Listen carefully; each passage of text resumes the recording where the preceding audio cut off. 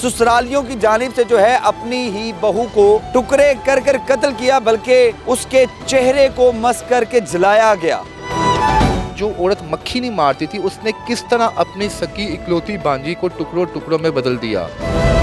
ज़ारा घर में आई तो माँ ने कहा मुझे सोना मेरे हवाले करो, वो पैसे भी मुझे दो। बेटे ने वहाँ से माँ को कहा माँ जी आप क्यों मांग रही हैं उसे, मैं जब आपका हिस्सा देता हूँ तो आप मेरी बीवी को तंग क्यों करती हैं। माँ के बाद दिल में ये बात लगी, इस खूबसूरती ने मेरे बेटे को अपने काबू में किया हुआ है, इसलिए कत्ल करने के बाद भी उसका चेहरे को मस्त किया उसने। बहुत से लोगों ने ये भी कहा कि वो इंतहाई जादूगरनी किस्म की औरत है। उसने अपने नवासे को भी ये कह कर वो तोड़ा पकड़ाया था कि इसमें दम की हुई ईंटें हैं, इसको नाले में जाकर फेंक के आ जाओ। बिस्मिल्लाहिर्रहमानिर्रहीम। पाकिस्तान समेत दुनिया भर में देखने और सुनने वालों को अस्सलाम वालेकुम। मेरा नाम ज़ैन इम्तियाज़ है और आप देख रहे हैं डेली पॉइंट। नाज़रीन, डस्का में इंतहाई अफसोसनाक और दिल खराश वाक़या पेश आता है, जहाँ पर ससुरालियों की जानिब से जो है अपनी ही बहू को टुकड़े कर कर कत्ल किया, बल्कि उसके चेहरे को मस करके जलाया गया। और इस सारे वाक़े में जो है आज अदालती कार्रवाई में बड़ी पेशरफ सामने आई है कि 4 मुल्ज़िमान जो कि गिरफ्तार 8 मुल्ज़िमान थे, जिनमें से 4 मुल्ज़िमान को आज जो है वो रिहाई मिल गई है। मेरे साथ मौजूद हैं इर्तिज़ा भट्ट साहब, जो कि पहले दिन से इस वाक़े को कवर कर रहे हैं। इर्तिज़ा भट्ट साहब, लोग ये जानना चाह रहे हैं कि इतनी जल्दी इस केस का फ़ैसला आ गया, 4 मुल्ज़िमान को रिहाई मिल गई, असल में हक़ाइक़ क्या है? ज़ैन भाई, जब ये वाक़या पेश आया सियालकोट की तरीक़ का, यकीन माने बड़ा अफसोस का वाक़या था ये। इसमें शामिल तफ्तीश टोटल 8 लोगों को किया गया। वो 8 लोग कौन थे? सबसे पहले तो ज़ारा की सास सुगड़ा बीबी थी, उसके बाद उसकी एक बेटी यास्मीन थी, उसका एक बेटा अब्दुल्ला था, उसके बाद एक शख्स दानियाल था जो लाहौर से आया गया था, दूसरी बेटी जो है सबा थी, उसका बेटा था, उसका जेठ था और एक वहाँ का मुकामी था। टोटल 8 लोग इसमें आए। तो रिहा कौन कौन? रिहा जो हुआ है वो पहले आपको बता दूं, जो इस वक्त जेल में हैं, जो जुडिशल हुए हुए हैं, जो जुडिशल हुए हैं वो 4 लोग हुए हुए हैं अभी भी। उसमें ज़ारा की सास सुगड़ा जो उसकी हाला भी लगती है, उसकी नंद यास्मीन, उसका बेटा अब्दुल्ला और वो दानियाल नामी शख्स जो लाहौर से सियालकोट आया था, जो सारा सामान डस्का लेके जाता रहा। और जिन 4 लोगों को रिहा किया गया है वो यासुगड़ा की दूसरी बेटी सबा, उसका बेटा, उसका जेठ सबा का, और एक वहाँ का कोई चौथा लड़का रहायशी है, उसको किया गया। अब क्यों किया गया, क्या वजह थी, बहुत से लोग ये भी जानने की कोशिश करेंगे कि इतना हाई प्रोफाइल केस है, रिहाई कैसे मिल गई इतनी जल्दी? तो आम केस में भी रिहाई मुमकिन हुआ कैसे है कि जब सुगड़ा बीबी को गिरफ्तार किया गया तो इनके तमाम जो इलेक्ट्रॉनिक डिवाइसेस थी उन तमाम डिवाइसेस को पकड़ लिया गया, कब्जे में ले लिया गया, जिनमें मोबाइल्स, लैपटॉप, तमाम चीज़ें थी। और जब इनका फॉरेंसिक करवाया गया तो उस वक्त ये चीज़ सामने में आई देखने में कि जो सबा थी वो उस वक्त उनके साथ राब्ते में नहीं थी। सबा की जो मोबाइल की लोकेशन थी वो उस वक्त उसके घर की शो हो रही थी जहाँ पे वो रहती थी, और कैमरे ऑलरेडी गली में लगे हुए थे। तो उन्होंने उस पूरे कैमरे की रिपोर्ट हासिल की। लाजिम मतलब कैमरा तो उसने गुजर के जाना था ना, और उस वाक़ये के दौरान या उस वक्त सबा जो है उस लोकेशन पे नहीं पाई गई। सबा नहीं थी। ठीक है, सबा के साथ जो उसका बेटा था उसको भी लाजिम शामिल तफ्तीश तो मौके पे सबको किया गया ना, अगर एक बेटी शामिल तो दूसरी भी शामिल होगी। सबा को छोड़ दिया गया, उसके बाद जनाब उसके बेटे को जो है वो आज़ाद कर दिया गया। फिर जेठ को, जो लोग इस साइड के थे जो अंदर थे, उनकी तो प्रॉपर जो लोकेशन भी वहाँ की आ रही थी, जिसमें यास्मीन बीबी थी, उसके अलावा सुगड़ा थी, यास्मीन का बेटा जो पूरे इस लाश को फेंक के आया जाकर, और उसके अलावा उसका जो लड़का लाहौर से आया था वो लेके। अब बहुत से लोग ज़ैन भाई इस तरह इनको रिहाई मिल गई। मुझे ये बताइएगा, रिहाई मिल गई, बहुत से लोग ये जानना चाहते हैं, टुकड़े कर दिए लेकिन चेहरे को मस्क किया गया, जलाया गया, लोग ये जानना चाहते हैं क्या वाकई वो जादूगरनी थी या क्या भाई? ये मैंने सवाल किया था ज़ारा की खाला से। ज़ारा की वालदा, टोटल 3 बहनें हैं, एक ज़ारा की वालदा, एक ज़ारा की सास सुगड़ा और एक ज़ारा की तीसरी खाला भी हैं। टोटल 3 बहनें हैं। मैंने उनसे पूछा, मैं कहा माँ जी आप पहले तो ये बताएं कि क्या सुगड़ा बीबी जो आपकी बहन है, क्या ये शुरू से ऐसी जालिम और सफाक थी? वो रोते हुए कहती है ये तो मक्खी तक नहीं मारती थी। तो मैंने कहा जो औरत मक्खी नहीं मारती थी उसने किस तरह अपनी सकी इकलौती भांजी को टुकड़ों टुकड़ों में बदल दिया?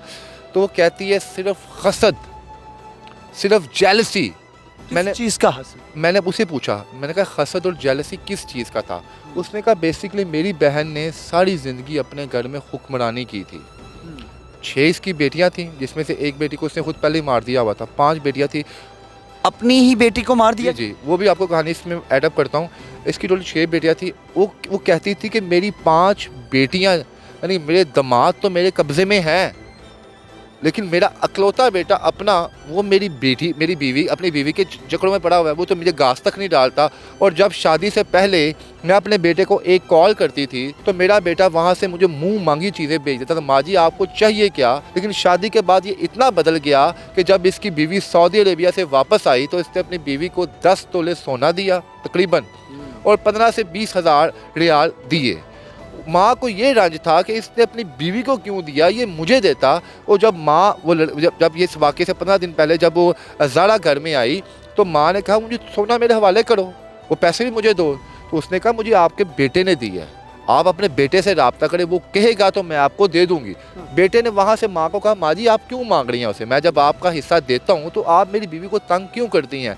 माँ के बाद दिल में ये बात लगी कि ये मेरा वही बेटा है जो मेरे एक कहने पे जान छावड़ कर देता था, और आज बीवी के पल्लू से बंधा हुआ है ये कि मुझे कहता छटअप कॉल दे रहा है। उसने वो चीज़ रंजिश में रखी। और रही बात चेहरा मस्त करने की, मैंने उसे खाला से पूछा कि चेहरा क्यों जलाया।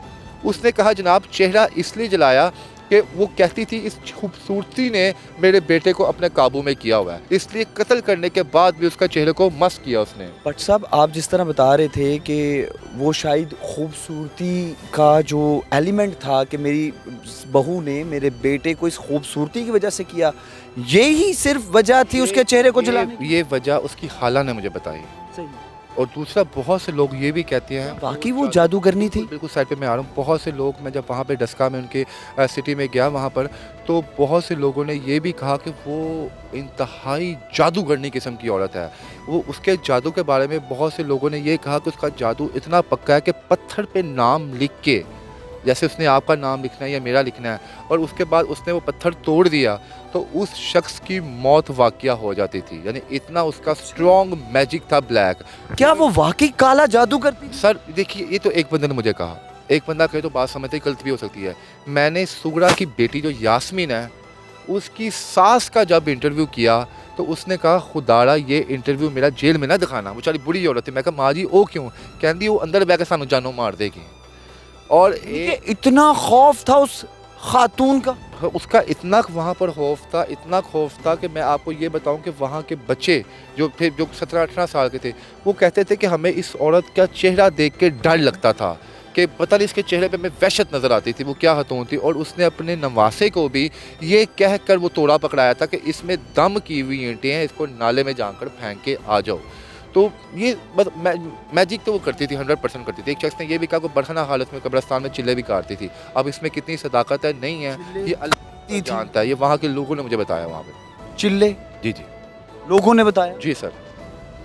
मुझे ये बताइएगा जब ये सारा वाकया हुआ तो जो ज़ारा है उसके खामन कदीर को भी सुनने में आया शामिल तफ्तीश किया जाए? बिल्कुल शामिल तफ्तीश इसलिए देखिए, मैं जब गुजरांवाला गया तो मैंने वहाँ पे देखा कदीर वहाँ पर मौजूद था। मैंने उनके जब ज़ारा के वालिद से पूछा कि इस पूरे सिनेरियो में कदीर कहाँ पर था, उसने कहा कदीर तो ये घर के बाहर बैठा हुआ है।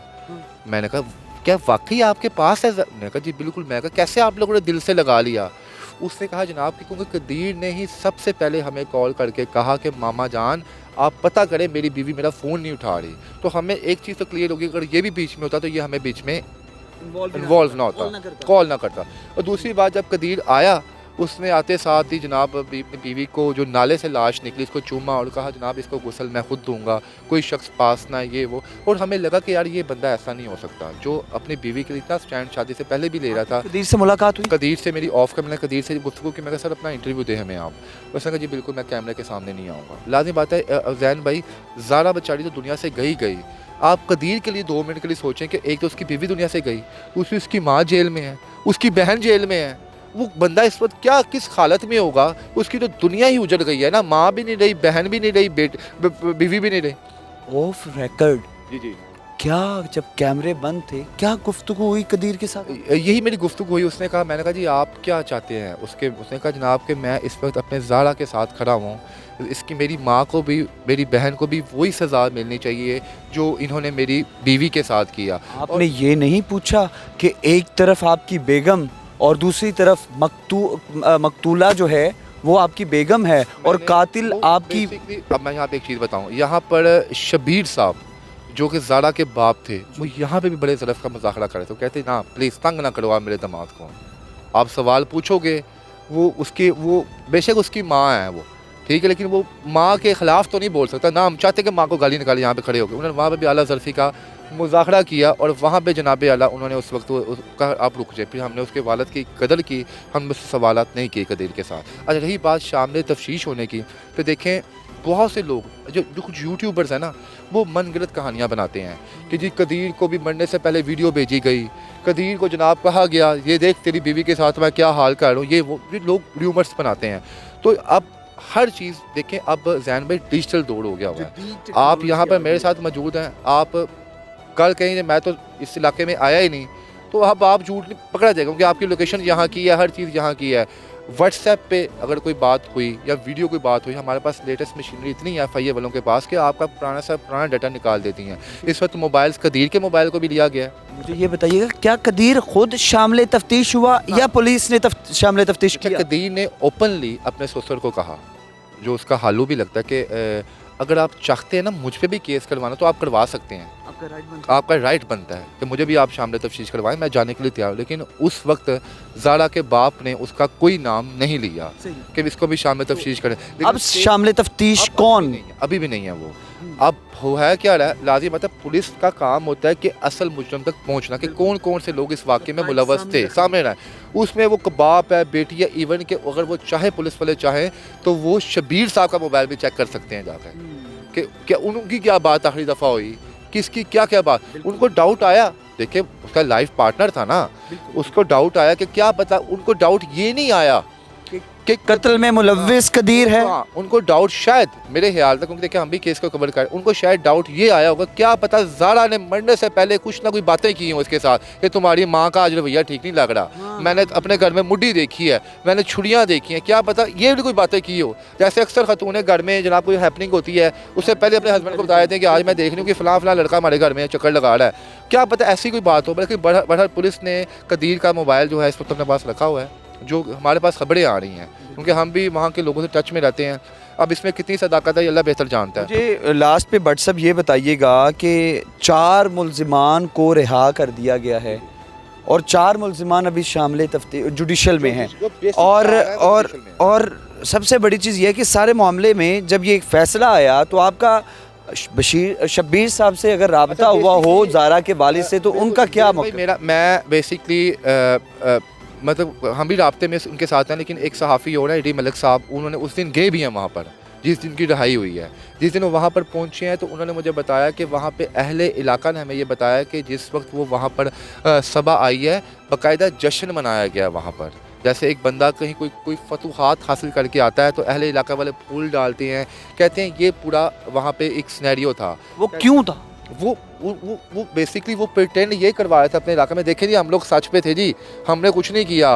मैं तो होता है ना गाँव थाव में कि कोई लोग तो हुआ, उठाते हैं, कत्ल तो हुआ, वो तैयार है, टुकड़े भी जैन भाई वो तैयार है इस चीज़ के लिए, कत्ल हुआ, लेकिन वो सबा कह रही है देखो भाई मैं तो क्लियर हूँ ना। देखिए जैन भाई आप इन्वॉल्व होते हैं, साथ आपका भाई इन्वॉल्व होता है तो दोनों इन्वॉल्व, आप बड़ी होकर बाहर आए थे, आप में शरीकों को ये तो बताना है ना, आप भी ससुराल वाले हो को भाई देखो मैं क्लियर हूँ, मेरे पे कोई एलिगेशन आप ना लगाए, मेरे पे कोई तोहमत ना लगाए इलाके में। लेकिन इस तरह फूल निछावर करना या फूलों के हार पहनाना, क्या आपको नहीं लगता कि शब्बीर साहब जो कि ज़हरा के वालिद हैं, उनके ज़ख्मों पर नमक छिड़कने के मुतरादिफ? देखें वहाँ पे उन लोगों को कोई परवाह नहीं, नमक क्या छिड़कना, जब उन्होंने जिगर का टुकड़े काट कूट के फेंक दिया है तो फिर अल्लाह, मैं ऐसे तो मेरे मुंह से ऐसे वर्ड निकले हैं कि उनके लिए जब उन्होंने उनके जिगर के टुकड़े कोई गंदे नाले में फेंक दिए तो उनके लिए ज़ख्मों को हंसना हंसाना ये तो मामूली सी बातें हैं उन लोगों के लिए। बहरहाल जब उस सहाफ़ी AD मलिक की शबीर साहब से गुफ्तगू हुई तो उन्होंने कहा यार मैं हैरान हूँ कि किस तरह इन्होंने 4 मुल्ज़मान को छोड़ दिया, क्योंकि वो तो उनके तो दिल खून के आंसू अभी भी रो रहा है ना कि हर शख्स को जिसने कि इवन मेरी बेटी कोई लाश को जलते हुए देखा भी है उससे भी आप कैफे किरदार, तो बाप तो यही चाहेगा ना। लेकिन बहरहाल जो हमारे इदारे हैं वो चाहते हैं कि जनाब किसी भी बंदे के साथ ना इंसाफ़ी ना हो, जो इसमें मुलव्वस नहीं है, ये ना कि हम उसको सजा दें, क्योंकि ये भी हमारा कानून भी ये चीज़ कहता है कि उस शख्स को दो जो इसमें शामिल है। बहुत शुक्रिया जी। नाज़रीन, इर्तिज़ा भट्ट हमारे साथ मौजूद थे और डस्का मामले को सारा कवर किया और रिसेंटली जो है अपडेट के मुताबिक 8 मुलजिमान में से 4 मुलजिमान को जुडिशल और 4 मुलजिमान को रिहाई मिल गई। और रिहाई के बाद के तमाम तर मनाजिर और उसके बाद इस केस में मकतूला है ज़ारा, उनके वालिद शब्बीर की भी सारी गुफ्तगू आपने मुलाहिज़ा किया है। आपसे दोबारा मुलाकात होगी अगली वीडियो में। अपनी कीमती राय से कमेंट सेक्शन में ज़रूर आगाह कीजिएगा। अल्लाह निगहबान।